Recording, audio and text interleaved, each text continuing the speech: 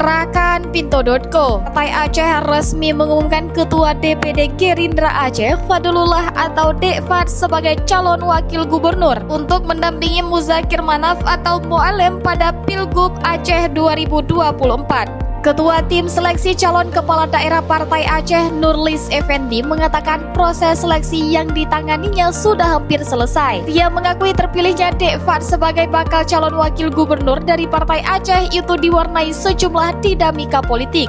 Nurlis mengatakan keputusan mengambil Dek Fad untuk mendampingi Mu'alem berkaitan dengan kepentingan-kepentingan strategis Aceh di tingkat nasional, sehingga dibutuhkan keputusan-keputusan yang dipikirkan dengan matang. Beberapa tahapan berikutnya yaitu penandatanganan Fakta Integritas dan juga tatap muka dengan Ketua Tuhabet Partai Aceh, Malik Mahmud Al-Haitar. Terhadap pengumuman ini, Nurlis mengatakan jika ada perubahan-perubahan akan disampaikan lagi kepada publik.